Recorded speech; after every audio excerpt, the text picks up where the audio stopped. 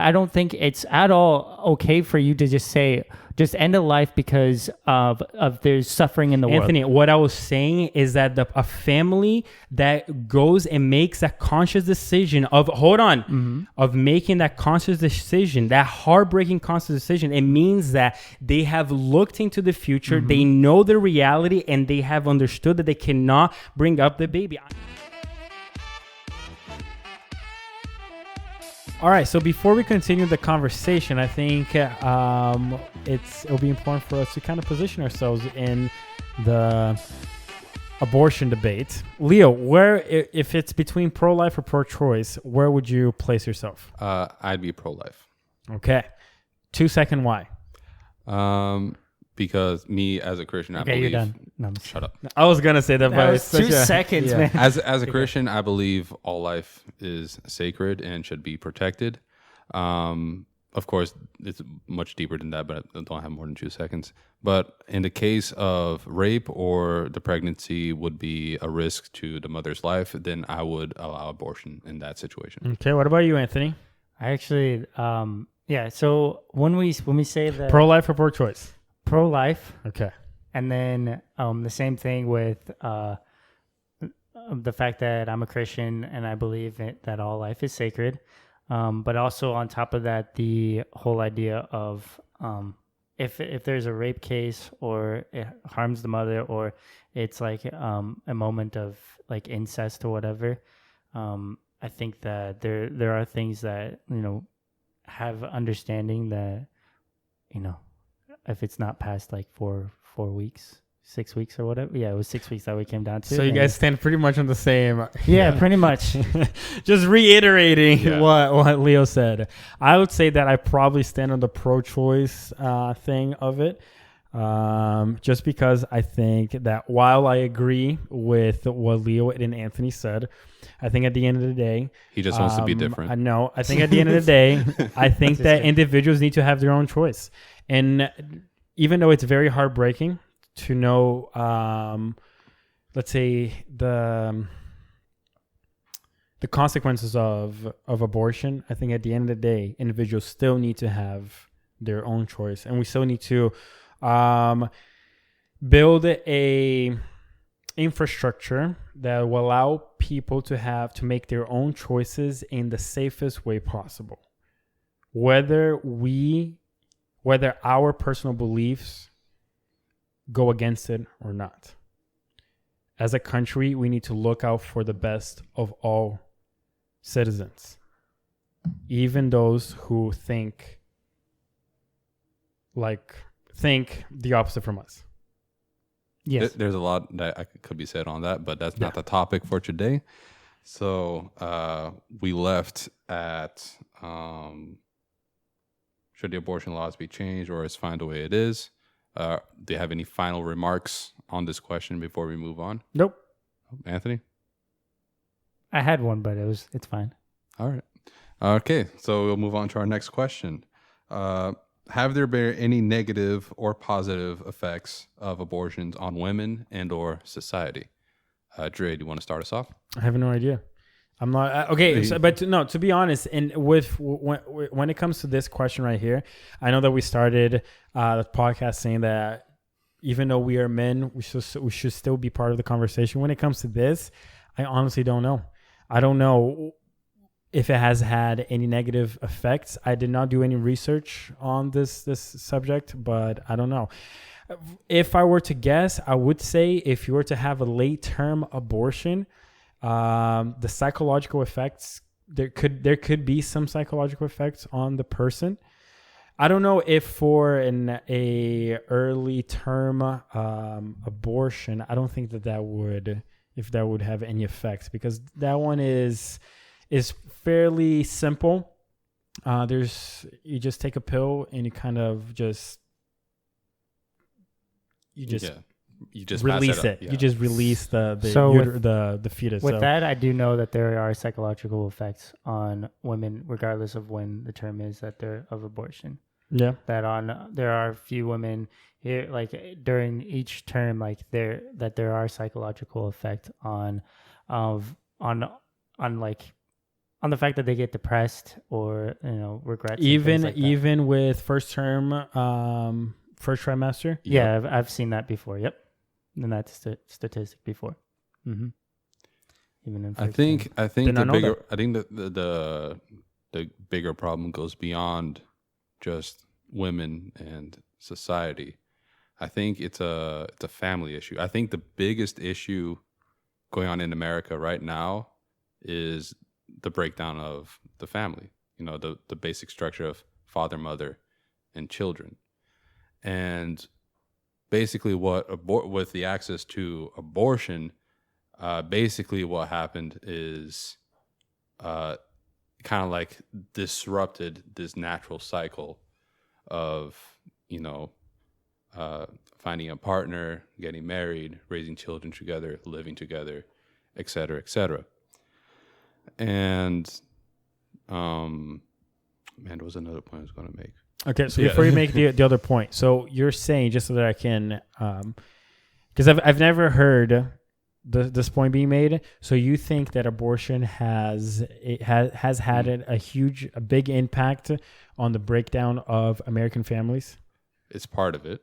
Okay. There are other Why things. is that? And how does that happen? I think it also ties in with the sexual revolution in the 60s. No, we're talking about abortion. Yeah, but the sexual revolution in the 60s with birth control and abortion being more accessible. Back then, people thought like, oh, now that we have the pill, we can just have sex all we want. There's be no consequences or no risk of pregnancy. But we find out that sex is a lot more complicated than we thought we would. And this resulted in a whole bunch of problems into marriages, into families, and so on. The sex revolution, or the introduction of sexual revolution, which started with the introduction of birth control and abortions being more accessible. Because I find because I believe, like, from what I'm seeing from statistics, Nick can correct me on this or not. I feel like that the majority of abortions that happen are not because of due to rape or anything traumatic like that. I think it's mostly because of irresponsibility and lack of education. Okay, but I see your point, but I find it difficult to kind of connect abortion to the breakdown of the family, because naturally when you get married one day and you're naturally the result of marriage is children. Oh yes, yeah. But if people are having, let's say, unprotected sex and a person gets pregnant, the family is already broken down because two individuals that probably don't love each other and don't really know each other had sex, which means that there was no family to begin with.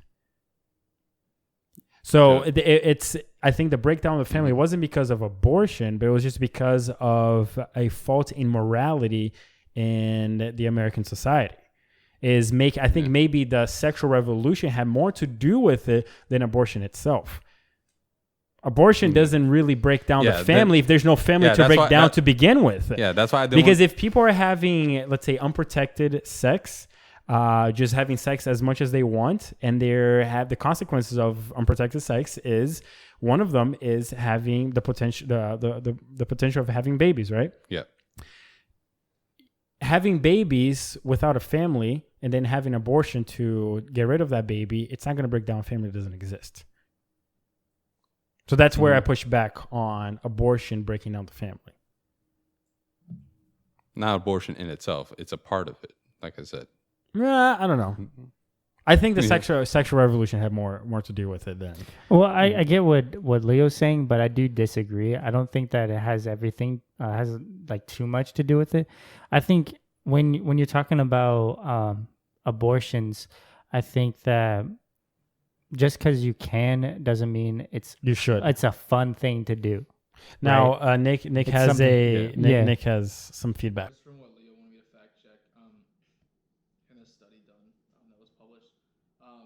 Of abortions are due to financial reasons, timings 36%, partner related reasons 31%, and the need to focus on other children is 29%. Those are like the top reasons. Obviously there's other ones, but those are the top most prominent ones. Yeah. Wow. Yeah. So Most of them is that they something happened where the baby was conceived and they're like, nope, not good timing right now.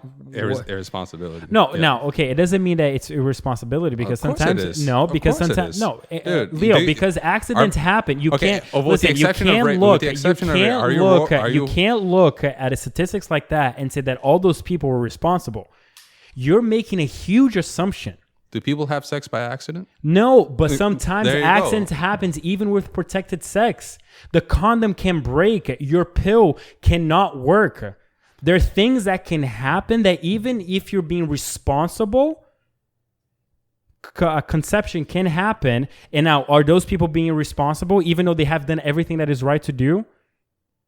So I mean to say no, because there's still the risk. 'Cause, If they know that there's still the risk. so even with if so when protected you get sex. married with your when you get married and you guys are now ready to have sex, if your condom breaks while you're having sex with your wife, is that your If I'm irresponsibility or her irresponsibility? Because remember, these statistics did not talk anything about marriage. It just said that married couples can abort a baby if they think that the time is not right for them to have a baby. Then Married I wanna- couples can hold on. also abort a baby one if sec, they time think out, that the time out. financial. No, hold on. No, Time out, listen me out. time No, out, hold you're gonna hear me out. No time out. Because a family that is going through a financial hardship can also choose to abort a baby because they think that they cannot bring up the child in a financially viable household. What's the statistic on married couples aborting? Yeah, that's what I was going to ask. So there you go. Because then Anthony read my you can mind. answer. Because from those statistics, you cannot make the assumptions that you're making. All right. So while we wait on Nick to No, pull up- it's not. I mean, we're technically waiting, but we're not really waiting. But I know, but like we wanna move on. I mean, I think that with what you're saying, I think you're going a little too harsh on that, because I think I can understand where you're coming from with your views of how abortion looks, but I also understand where you're coming from, where they think they're being responsible. They are being They're responsible. not think yet. They are doing the responsible thing. Because hold on. Because they are acting in a way of the responsibility of their finances and the responsibility of they don't think that they could raise a kid, their responsibilities. But the reason why I would only push back is if you think that, then can you always plan for having a baby? No, you can never plan. But I think that, but I think that here's well, actually, And you that's can where plan. You that's can where plan, but it's I'm from breaking from down. from people that I have talked to. Usually, babies come in the least best, in the worst time possible. However, That's why. So I, let's- but I- no, I've but had that no. same Hold on. conversation. Before we move on, now imagine Leo has a tendency, and I'm not throwing shade to you, but Leo has a tendency to see the worst in things. I have the tendency to try to see the best in No, things. yeah, I can see where you're coming from. Then let me Now, ask you hold this on, quick no. question. I'm not done. All right, I'm not all right. done. Because this is where my point comes in. If a couple, let's just make the assumption of a married couple, they decide to have an abortion. They know what an abortion means, that they're going to end the life. If a couple If they think it's a together, life. if together they're deciding to abort, it means that the situation that the baby is going to come into the world into is worse than their decision to abort. Is that they're willing to make the decision, the hard decision, to abort the baby instead of bringing the baby to life and putting the baby through years of suffering because of financial So, Dre, hardship or whatever. Who do you think is more ready to have a baby? A teenage boyfriend, girlfriend, or a married Now, couple? hold on. A committed married couple. Also, that does not talk about age. That's statistics. I'm really upset with what you said, Why? because I went through some fucked up shit, and for you to say to me that I went through some suffering and that I should have been aborted. I never, No, Anthony, I never because said that. I'm only taking that personal because I understand what you're saying. I get it. I Yeah. understand. So then But- don't put words so- in my mouth, my so friend, what- because that's no, not what Yeah. I said. I understand what you're saying, but it's like it could have been me. Yes, I know. Now, and that's why I don't think it's at all okay for you to just say Just end a life because of there's suffering in the world. Anthony, what I was saying is that a family that goes and makes that conscious decision of making that conscious decision, that heartbreaking conscious decision, it means that they have looked into the future, they know the reality, and they have understood that they cannot bring up the baby. I understand that I don't understand. Okay, that. but listen, you might not get that. Yeah, but maybe I'm the not person, I'm not going through that gets that. I'm not going to allow that person to say that to another person, that I'm going to go through this suffering, so that baby is not going to be able to pull through it and not going to be able to do shit because I'm going through suffering. That's bullshit, because that is a mistake. Listen. No, I'm not finished, because that is a mistake on their side, because they think what is morally correct is what is morally correct for everyone. Now, if you're going to sit there and think that you can decide for the kid that they cannot go through suffering, then you are hardly at all any human person that ever says that has something going wrong in their head, because because I know for a fact that other people have gone through shit and have come out the other end and are. First of all, there are NFL players that can stand there and tell you that you're wrong. Yeah. Why? Because they are getting paid millions and helping others to pull through that suffering. Yes. We have a society stop. We have a society that supports people that go through suffering. Sorry, so for but you we to don't. say, yes, we do. We do, because we have people. Yeah, because maybe you're not digging into it. We do not. Because I do dig, because remember, I work with people. Yes, you work with and when I tell you that our society is not set up to help the least of these, I'm telling you, in our society very that do. hard. There are parts in our society. Do you understand what it is to be a family and literally wait for years homeless because there is no affordable housing available to them? Do you know what it is to be? I do understand that, because I've been through that. But here's the idea. Don't say that. I'm going to say that because I can't say that. We live in a society that can actually provide for all of the poor people, because it cannot, and it does not. Then why are you're literally telling people that have gone through that shit and have come out the other end well and fine that they should have been aborted? Anthony, did you understand what I said? Listen. I've listened to you. No, you're not. Yes, I am. This was a hypothetical family that I was talking about. When I'm saying what I'm saying, Anthony, I am not attacking you personally. And I'm attacking Now you're gonna listen. Yeah, I'm listening now, because I listened.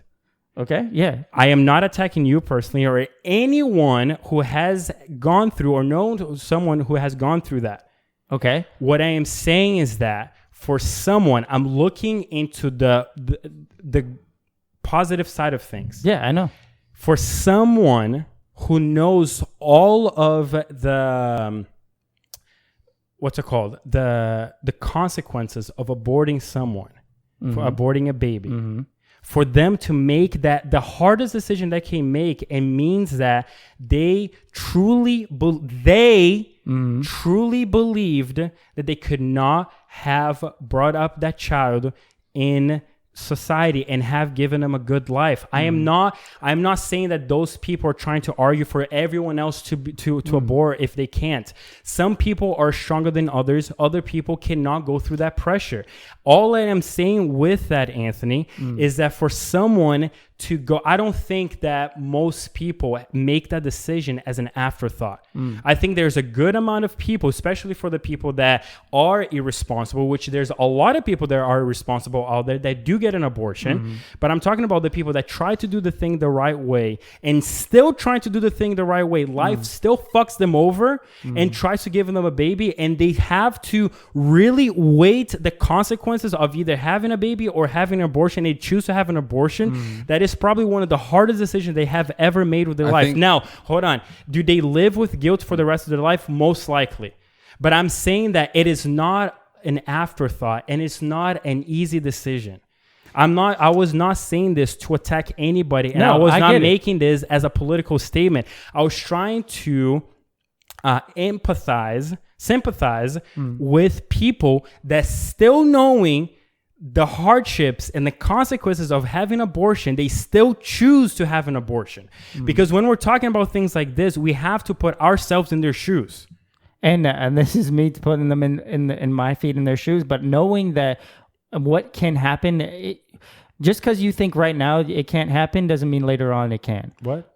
So hold on. Saying that right now they're going to go through suffering, that they're not going to go anywhere. Yes. It doesn't mean I that just- later I just on. want- And that's my argument against that. but Is at I the don't. end- I don't believe Guys, that. I just want to have Hold on, this let him finish his Yeah, point. I sorry. don't believe that in any sense that you can just sit there and look at a life. And I'm not saying that this is you personally attacking me, but this is me with when anybody that wants to sit there and say that they're going to go through suffering, so I'm not going to have a kid, is not saying that it's an afterthought, not saying that they didn't think through it, but it's wrong for them to say that. And this is where we disagree. Okay, yeah, you can disagree with me, but I'm 100% going to be stubborn about and it. I'm 100% going to be on my side, because I think at the end of the day, people need to make their choices, no matter how terrible they are.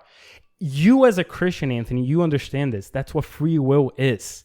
Free will. God gives you free will for you to make the choices within your life, whatever they are. No matter how heartbreaking they are, no matter how fucked up they are, you have the free will to make your own decisions. And this is where we disagree, and then this is going to be my last remark, and then Leo's going to say it. This is where I think the government needs to also give its people the free will to make their own decisions and go and... So no moral standard from the government. No, we still have a moral standard, because but that's mean the point. That's because the point. God gives us a moral standard, but we still make our own decisions. Yes, because we have to make the right decision. I want to say two things. Do you have the question I wanted to answer? What is the statistics of married couples who have abortions? In the U.S., it's pretty low.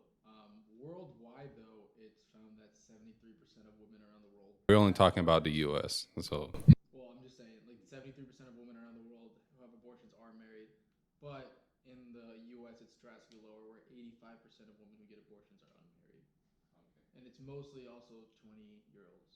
That's the highest percentage.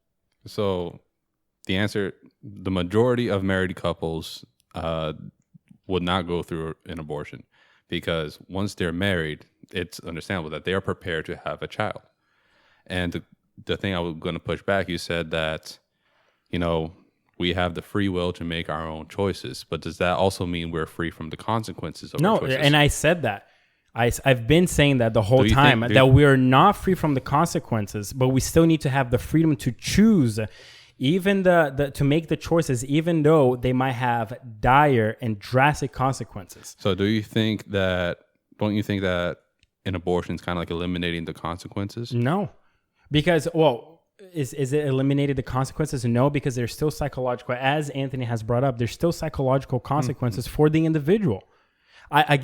I have not looked into any psychological studies on the impact of abortions in between the first trimester and the third trimester on women, but I could say that most likely there probably is. So there's still consequences.